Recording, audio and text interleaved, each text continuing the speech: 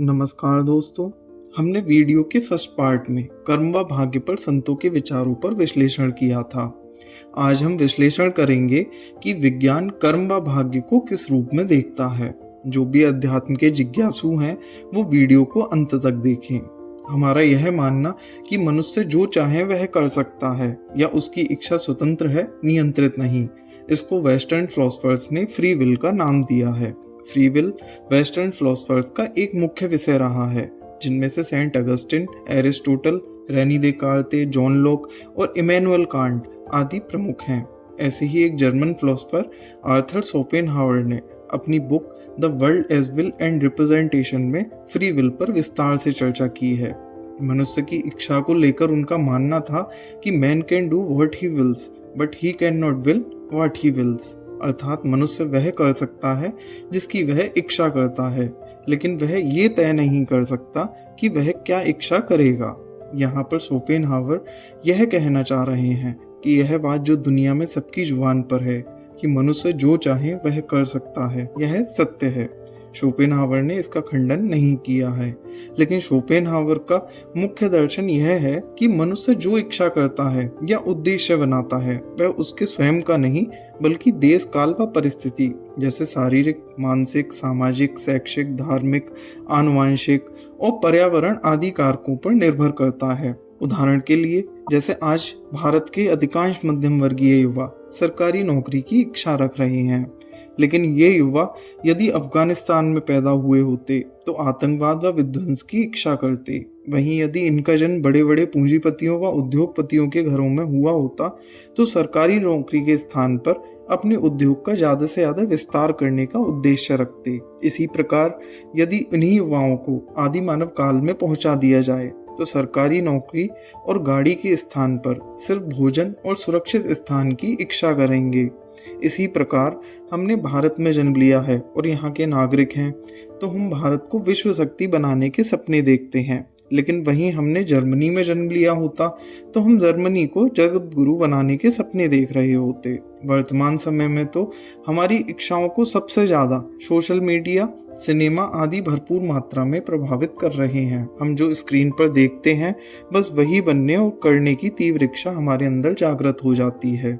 इसीलिए टेलीविज़न को पहले इडियट बॉक्स भी बोला जाता था, क्योंकि उस समय के बुद्धिजीवियों को यह बात ज्ञात थी कि जो भी व्यक्ति उसको देखेगा तो उसका थोड़ा बहुत जो भी विवेक होगा वो भी मर जाएगा, और जो उसको दिखाया जाएगा वह मूर्खों की भांति ही वही करने व बनने की इच्छा करने लगेगा। इसीलिए इंग्लैंड ने जब अपनी शिक्षा प्रणाली को बनाने का कार्य आरंभ किया तो वहाँ के दार्शनिकों को यह आदेश दिया गया कि ऐसी शिक्षा पद्धति निर्मित करो कि माँ के गर्भ से ही ऐसे बच्चे जन्म लें जो आजीवन इंग्लैंड के हित के लिए ही कार्य करें। तब sir Robert Foster, John Locke, John Stuart Mill, Thomas Arnold, Herbert Spencer आदि दार्शनिकों ने इंग्लैंड की शिक्षा पद्धति और पाठ्यक्रमों को इस प्रकार का बनाया कि उनका दावा था कि ये पाठ्यक्रम पढ़ने वाले बच्चे ऐसे होंगे जो सही गलत, अच्छाई बुराई और ईश्वर से भी ऊंचा स्थान इंग्लैंड को देंगे और कुछ भी करेंगे लेकिन इंग्लैंड को समृद्ध बनाने में अपना पूरा जीवन समर्पित कर देंगे। और आगे चलकर यही बच्चे दुनिया के कोने कोने में जाकर देशों को गुलाम बनाते गए और इंग्लैंड को समृद्ध बनाते रहे। ये जब अंग्रेजों को भारत को गुलाम बनाना था तो उन्होंने सबसे पहले लॉर्ड मैकाले को बोला कि यहाँ की शिक्षा पद्धति को ऐसा बनाओ जो इन्हें मानसिक रूप से गुलाम बना दे, और वो इस योजना में सफल भी रहे। इस प्रकार हमने यह जान लिया कि मनुष्य की इच्छाएं उसकी स्वयं की नहीं बल्कि देश काल परिस्थिति जैसे सामाजिक, शैक्षिक, धार्मिक आदि कारकों द्वारा उत्पन्न होती हैं। शोपेनहावर के इस मत का समर्थन महान वैज्ञानिक आइंस्टीन ने भी अपनी आत्मकथा में किया है। उन्होंने एक जगह बोला भी है कि I am a determinist, I don't believe in free will, this view is not new, Schopenhauer said it clearly a century ago that man can do what he wills but he cannot will what he wills।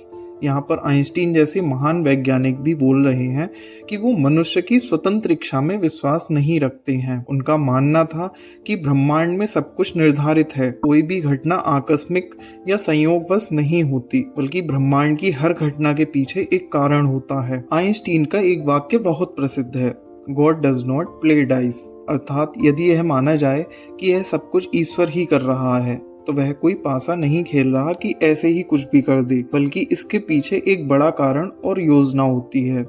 Einstein ने ईश्वर के विषय में बोला था कि मैं Spinoza के ईश्वर में विश्वास करता हूँ। अब अगर आइंस्टीन का ईश्वर के विषय में विचार जानना है तो उसके लिए स्पिनोजा और डिटर्मिनिज्म को समझना आवश्यक है। अब हम जानते हैं कि स्पिनोजा कौन थे। इनका पूरा नाम बेनेडिक्ट डी स्पिनोजा है। इनका जन्म एक यहूदी परिवार में नीदरलैंड्स में हुआ था।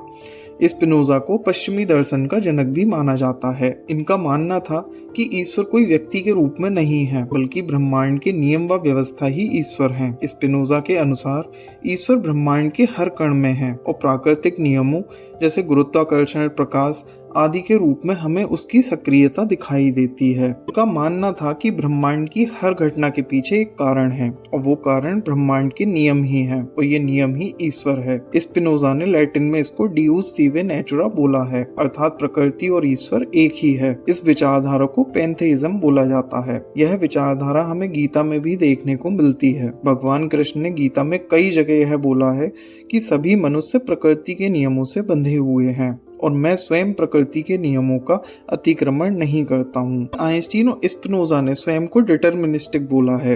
तो अब हम जानते हैं कि आखिर डिटर्मिनिज्म है क्या। डिटर्मिनिज्म को हिंदी में नियतत्ववाद या निर्धारणवाद बोला जाता है। इसका अर्थ है कि ब्रह्मांड में हर घटना, हर क्रिया और हर निर्णय पूर्व निर्धारित होता है। इसका आधार कॉज एंड इफेक्ट का सिद्धांत है। इस सिद्धांत के अनुसार यदि ब्रह्मांड में किसी भी क्षण की पूरी जानकारी हो तो भविष्य की हर घटना की सटीक भविष्यवाणी की जा सकती है।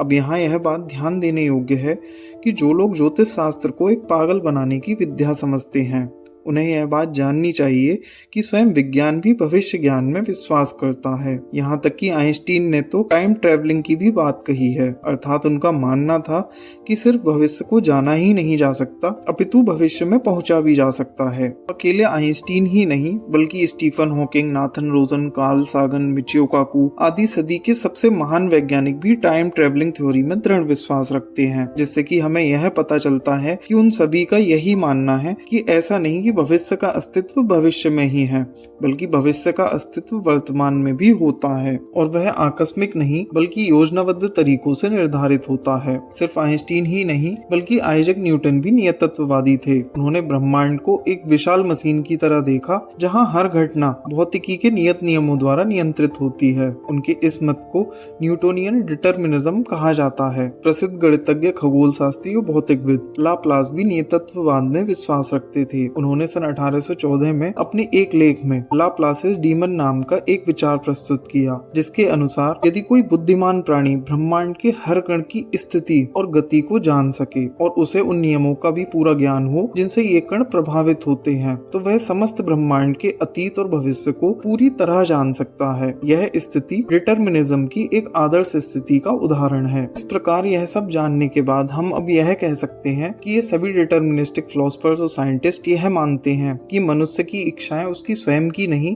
बल्कि ब्रह्मांडीय शक्तियों द्वारा नियंत्रित होती हैं। अब यदि मनुष्य की इच्छाएं ही उसकी स्वयं की नहीं है तो उसके कर्म उसके कैसे हो सकते हैं। जब उसकी इच्छाएं ही किसी के द्वारा नियंत्रित हैं तो हम यह भी कह सकते हैं कि उसके कर्म भी उसी के द्वारा ही करवाए जा रहे हैं जो कि उससे इच्छा करवा रहा है। जो शक्ति उसकी इच्छा को नियंत्रित कर रही है उसी को स्पिनोजा और आइंस्टीन आदि डिटर्मिनिस्टिक्स ईश्वर बोलते हैं।